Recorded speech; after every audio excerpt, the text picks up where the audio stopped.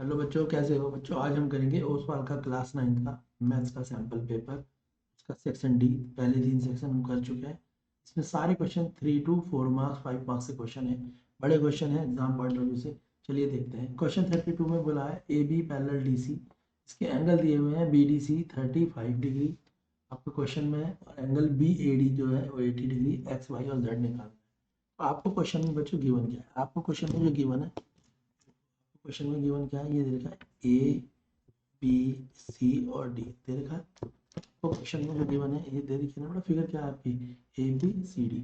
देखो यहाँ पे एक बात सीधी सी गिवन है, डी सी किसके पैरेलल है, क्वेश्चन में डी सी पैरेलल है ए बी के। किसके पैरेलल है, ए बी के। बात समझ आ गई। देखो पैरेलल लाइन क्या कहती है, पैरेलल लाइन कहती है अगर ये दोनों एंगल, एक एंगल लेफ्ट में है और एक राइट में, तो ये आपस में क्या होंगे, इक्वल एंगल होंगे। तो इसके हिसाब से ये आपस में क्या होंगे, इक्वल होंगे। बात समझ आ रही है। तो इसका आपसे एक्स क्या हो जाएगा, वो 35 के इक्वल हो जाएगा, क्योंकि ये एंगल क्या हो गया, ऑल्टरनेट इंटीरियर एंगल हो गया। एक्स भी क्या हो गया, 35 हो गया। अब देखो एक ट्राइंगल बनता है। ट्राइंगल कौन सा बन रहा है बेटा, ट्राइंगल बन रहा है। ट्राइंगल कौन सा बन रहा है हमारे को, जब एक ट्राइंगल दिखाई दे रहा है तो ट्राइंगल हमारे को इस फिगर के हिसाब से कौन सा बनता दिखाई दे रहा है। देखो ये तो 35 हो गया एक्स, और ये क्या बन रहा है, एक ट्राइंगल। क्या बन रहा है, ये एक ट्राइंगल बन रहा है। तो जो ट्राइंगल है उस ट्राइंगल में हमारे को क्या गिवन है, ट्राइंगल में गिवन है Y plus 87 plus X equal to 180। X की वैल्यू क्या निकाली है हमने, 35 रख दो। तो Y plus 87 plus X, X की जगह 35 इक्वल टू 180। बड़ा क्लियर है बात। तो हमारी वाई की वैल्यू क्या निकल के आ जाएगी, वाई की वैल्यू निकल के आ जाएगी 180 माइनस 87 प्लस 35। बताओ क्या होता है, अगर हम जोड़ दें 87 को और 35 को, तो बताओ हमारा क्या होगा, 75 क्या होगा 12, 8 3 जा 11 और 12। समझ आ गया। तो 112, तो 180 में से हमने क्या करा, 112 को सब्ट्रैक्ट कर दिया। ठीक है, तो क्या बचेगा, 10 में से 2 जाएगा तो क्या बचेगा बेटा 8, और 7 में से 1 जाएगा तो क्या बचेगा 68। तो हमारी वाई की वैल्यू क्या निकल के आई बेटा, 68 निकल के आ गई। ठीक है, अब हम पे एक्स की वैल्यू भी निकल के आ गई। क्या क्या निकल के आ गई, हम पे एक्स की वैल्यू निकल के आई 35, और वाई की वैल्यू क्या निकल के आई है बेटा 68। क्लियर है। क्वेश्चन में दे भी रखा है। तीसरी चीज क्वेश्चन में क्या बोला है निकालने को, क्वेश्चन में बोला हुआ है तीसरी चीज ये दिया, ये क्या है, ये क्वेश्चन में बोला हुआ है जेड। ये क्या है बेटा, जेड। तो हम जेड कैसे निकालेंगे, सिंपल निकालेंगे। देखो ये फिर एक ट्रायंगल बनता है, ये भी क्या है, एक दूसरा ट्रायंगल कौन सा बनता है, जो पहला ट्रायंगल था ये कौन सा था, ये ट्रायंगल था ए बी डी। अब जो दूसरा ट्रायंगल हमने बनाया, तो दूसरा ट्रायंगल बेटा हमारे पास कौन सा बनेगा, दूसरा ट्रायंगल बनेगा हम पे डी सी बी बनेगा, डी सी बी। और डी सी बी में हमारे पास कौन से एंगल है, हमारे पास है 135 plus Z plus Y minus 30 equal to 180। अब आप वैल्यू लगा दो, क्या क्या वैल्यू लगाओगे, 135, जेड निकालना है तो जेड ऐसे ही रहेगा, और वाई की वैल्यू बेटा क्या थी हमारे पास 68 माइनस 30 इक्वल टू 180। समझ आया यहाँ तक। तो 135 प्लस जेड, 68 में से 30 जाएगा तो क्या आएगा 38 इक्वल टू 180। जोड़ दो इन दोनों को। जब हम इसको 135 और 38 को ऐड करेंगे तो क्या आएगा बच्चे, 35 और 38 को ऐड करने में क्या आएगा, आप बताओ जरा।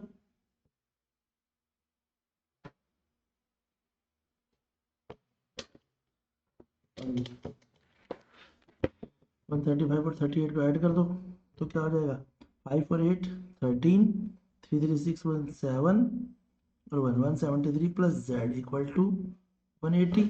जेड की वैल्यू क्या आ जाएगी 180 माइनस 173, क्या आएगी बेटा जेड की वैल्यू, जेड की वैल्यू आ जाएगी 7। ठीक है, तो जेड की वैल्यू क्या आ जाएगी। क्लियर है आपको क्वेश्चन। एक्स वाई और जेड की वैल्यू पता लगी आपको, क्या आ रही है बेटा एक्स वाई जेड की वैल्यू, एक्स की वैल्यू 35, वाई की वैल्यू 68 और जेड की वैल्यू 7। समझ आएगा क्वेश्चन। हमने कौन सा क्वेश्चन करा, क्वेश्चन 32। अब हम देखेंगे क्वेश्चन नंबर 33। समझ आ गया बेटा, कोई डाउट है तो बताना। अब हम करेंगे क्वेश्चन नंबर 33। ये सारे बड़े क्वेश्चन होते हैं, 5 मार्क्स के इंपॉर्टेंट क्वेश्चन होते हैं, तो इन्हें थोड़ा आप प्रैक्टिस करेंगे तभी आपको फायदा होगा। देखो नेक्स्ट क्वेश्चन की जो फिगर है वो क्या है। नेक्स्ट क्वेश्चन की जो फिगर है वो देख लेते हैं क्या होगा बेटा।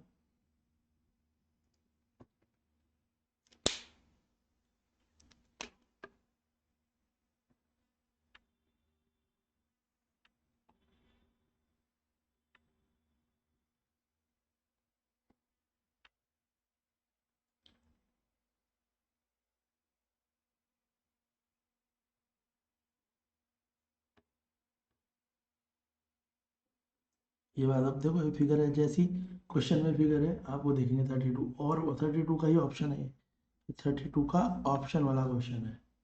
ठीक है, इसमें दे रखा है यहाँ पे 110, बड़ा यहाँ पे दिया दे रखा है, दूसरे पार्ट में दे रखा है 97।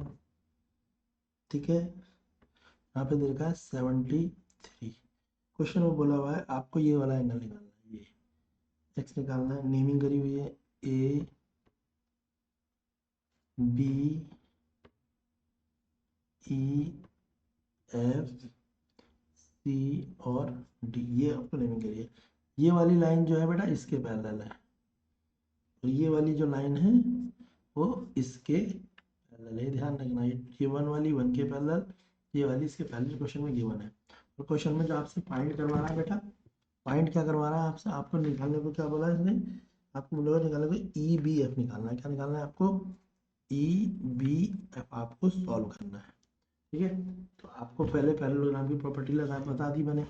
सबसे पहले हम पैरेलल प्रॉपर्टी लगा देंगे। हमें पता है, क्या पता है हमें, हमें तो पता है ना बेटा, हमें पता है कि डी सी क्या है, पैरेलल है किसके, ए एफ के। तो यानी क्या होगा, जब भी दो एक साइड के एंगल होते हैं तो इन दोनों का सम क्या होता है 180। मैंने बताया था ना, जब ये अपोजिट होते हैं इक्वल, और जब एक ही तरफ होते हैं तो क्या हो जाते हैं, एक ही तरफ होते हैं तो क्या हो जाता है, ये एंगल 1 है, ये एंगल 1 है और ये एंगल 2 है, तो इन दोनों का सम क्या होगा 180। तो सेम देखो, इसको मैं मान लूंगा एंगल 1 की, बात समझ आई। जब मैं इसे एंगल 1 मान लूंगा, क्या मान लिया मैंने इसे, एंगल 1। फिर देखो एंगल 1 प्लस 97 इक्वल टू मैं क्या कर दूंगा 180, क्योंकि मुझे एक क्वाड्रिलेटर दिख रहा है ना, 4 साइडेड फिगर है ना, और इन दोनों का सम 180। तो मेरा एंगल 1 क्या आ जाएगा 180 माइनस 97। यहाँ तक समझ आया बेटा। तो मेरा एंगल 1 क्या आ गया 180 में से 97, 10 में से 7 गया 3, 17 में से 9 गया तो क्या आया भाई, 10 में से 7 गया तो 3, ये हो गया 17, 17 में से 9 गया तो क्या 8, तो 83। ये बात समझ आ गई।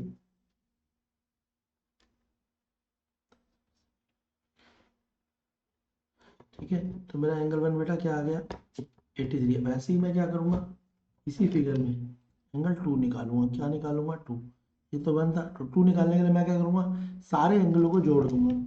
अगर मैं सारे एंगल जोड़ दूँ 110, 97, जो एंगल 1 है वो मैंने क्या निकाला, एंगल 1 83 प्लस एंगल 2, और इनका सबका सम क्या होगा 360, क्योंकि मुझे पता है क्वाड्रिलेटर या 4 साइड फिगर का सम क्या होता है 360। अब सबको जोड़ दो तो 17, ये हो गया कितना 7 3 10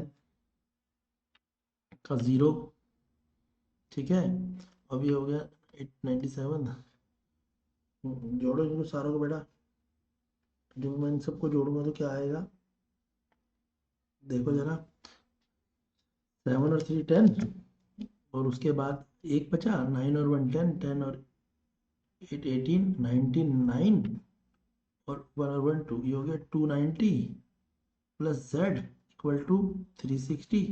तो मेरे पास जेड की वैल्यू क्या आ जाएगी बेटा 360। जेड की वैल्यू क्या आ जाएगी मेरे पास, जेड इक्वल टू क्या आ जाएगा 360 माइनस 290, सब्ट्रैक्ट करूँगा तो क्या आएगा 70। क्लियर है, जेड मेरे पास क्या आ गया 70 आ गया, बात भी समझ आ गई मुझे। ठीक है, अब देखो गौर से, इतनी बात समझ आ गई। तो मेरे पास बेटा जेड की वैल्यू क्या आ गई, जेड की वैल्यू आ गई 70। ये बात समझ आ रही नहीं आ रही भाई, जेड की वैल्यू क्या आ रही है मेरे पास, इसकी वैल्यू आ गई 70। अब देखो बोला था ये लाइन आपस में क्या है पैरेलल है, तो ये इसके क्या होगा इक्वल होगा अल्टरनेटिव, और ये इसके क्या होगा वर्टिकल अपोजिट। तो ये वाला जो है एंगल 1, ये क्या निकल के आया मेरा, ये 83, तो ये बन जाएगा 83, क्या बन जाएगा 83। ये क्या है, क्या निकल के आया 70, तो ये क्या बन जाएगा 70, क्योंकि ऑल्टरनेट इंटीरियर। और ये क्या है, एक ट्राइंगल है, आप जोड़ दो। तो हम फिर ट्राइंगल की प्रॉपर्टी लगाएंगे। ट्राइंगल की प्रॉपर्टी क्या होगा 83 प्लस 72, क्या होगा, ये बात समझ आई। अब हमने जोड़ दी, हम जोड़े के क्या करेंगे 83 प्लस 72, समझ आ रहा बेटा इतना। हम क्या करेंगे भाई 83 plus 72 plus X equal to क्या कर देंगे 180, जोड़ दो, 3 2 जा 5, ठीक है ना। यहाँ पे क्या आएगा 7 15 155 प्लस एक्स इक्वल टू 180। 83 और 72 तो 155 होता है ना, 3 2 या 5 15, और x की वैल्यू क्या आ जाएगी बेटा इस हिसाब से 180 डिवाइड बाई 115, क्या आ गई 25, आंसर आ गया आपका। क्लियर है, ठीक है। अब नेक्स्ट क्वेश्चन करेंगे हम।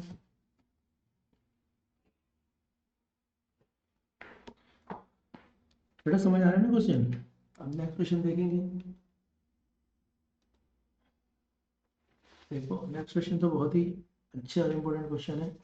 नेक्स्ट क्वेश्चन में बोला है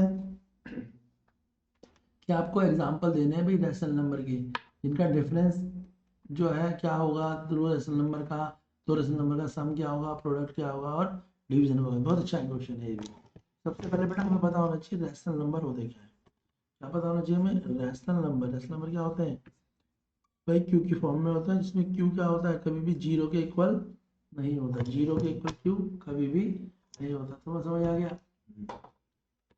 अब देखो हम क्या करें, बस समझ आएगा बेटा। अब हमने सपोज करो हमने रैशनल नंबर ले लिया, हमने एक रैशनल नंबर ले लिया ए, जिसको हमने मान लिया 4/5, और एक रैशनल नंबर ले लिया बी, जिसको मान लिया हमने 9/2। हमने दो रैशनल नंबर ले लिया। पहले केस में क्या बोला है, ए पार्ट में बोला है डिफरेंस, क्या बोला है डिफरेंस, डिफरेंस बता दो। बेटा डिफरेंस का मतलब तो माइनस होता है, तो माइनस कर दो।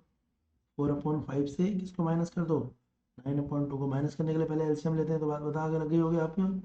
इसकी इससे मल्टीप्लाई करेंगे तो क्या आएगा 8, अगर हम एलसीएम लेंगे तो क्या होगा भाई, और इसकी इससे करेंगे तो क्या आएगा, इस बात समझ आ रही है ना अब सेम। और इसके करेंगे तो यहाँ क्या हो गया माइनस 9 45 45, अगर जब मुझे सॉल्व कर देंगे, ठीक है।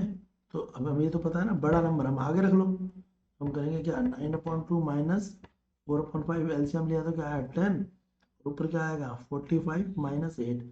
तो सॉल्व करके क्या आ रहा है आपका, जब आप सॉल्व कर रहे हैं तो क्या आ रहा है आपका 37/10, और 37/10 क्या है, ये एक रैशनल नंबर है। क्लियर है।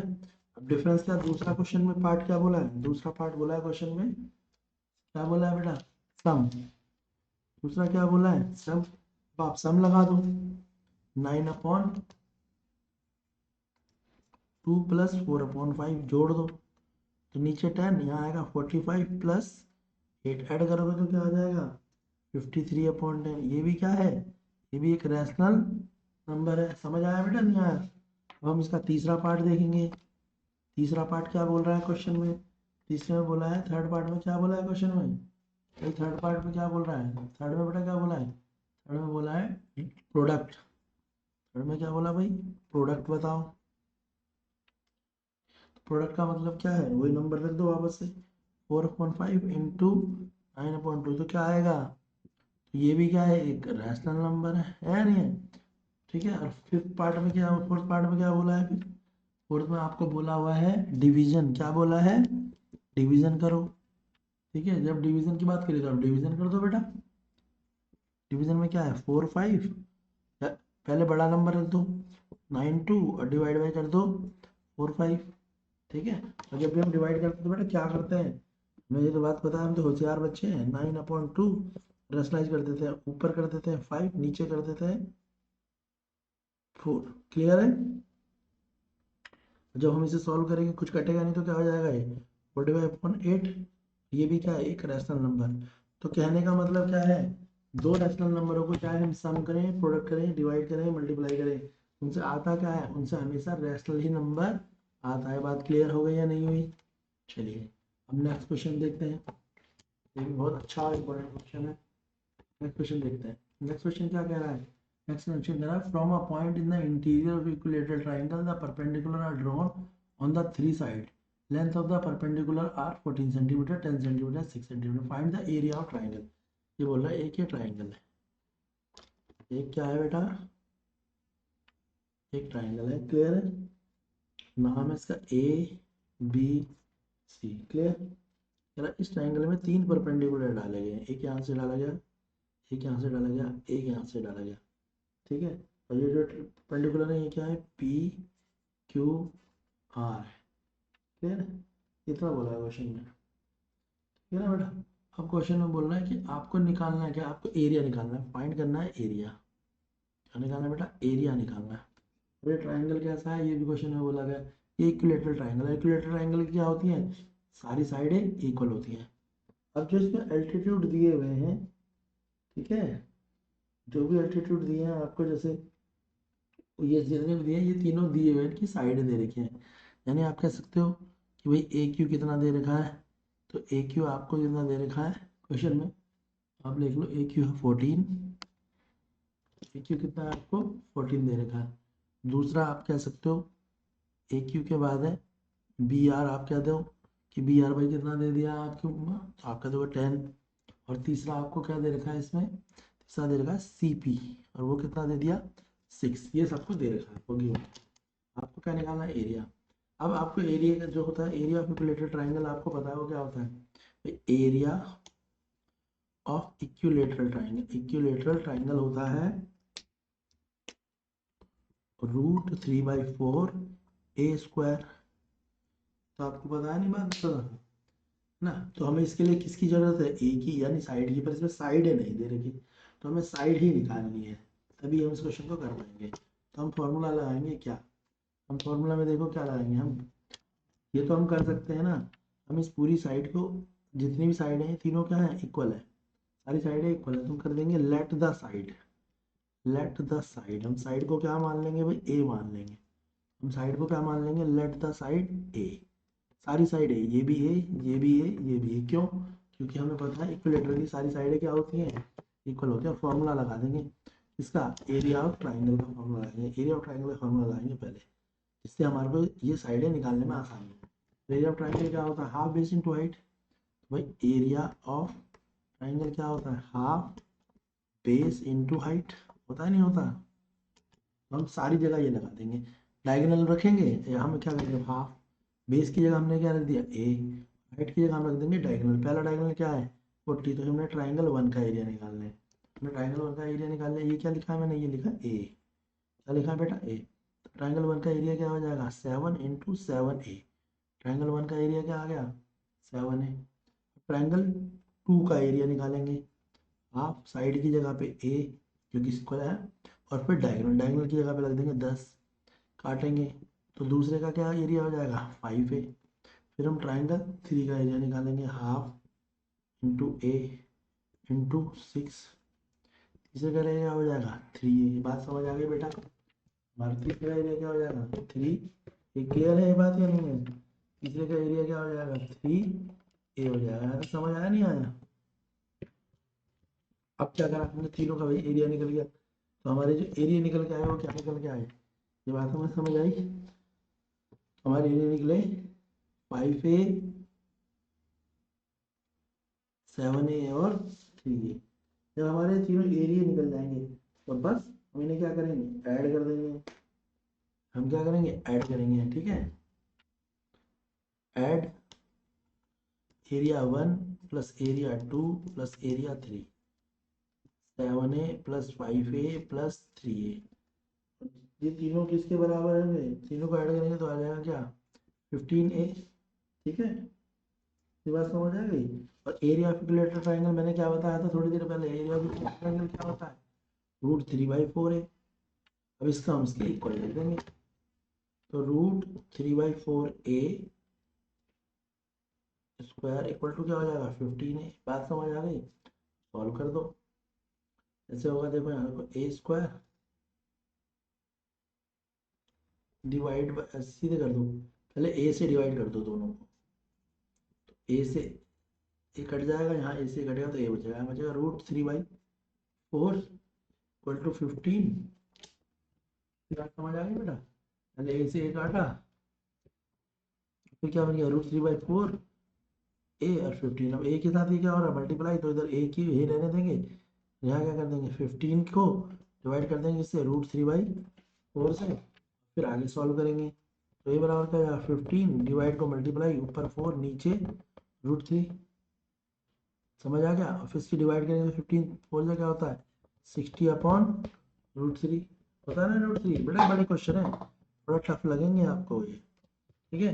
इतनी बात क्लियर हो गई। अब इसको क्या करेंगे, अब रख के रैशनलाइज कर देंगे। रैशनलाइज तो सीखा ही है आपने 8th क्लास में, तो भाई बड़े क्वेश्चन में थोड़ी मेहनत तो करनी पड़ेगी।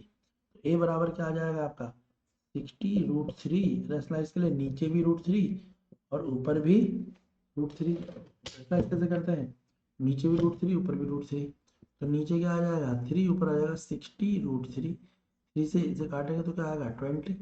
तो जो बेटा ए आया आपके पास, ये आपके पास क्या आ गया 20√3, ठीक है?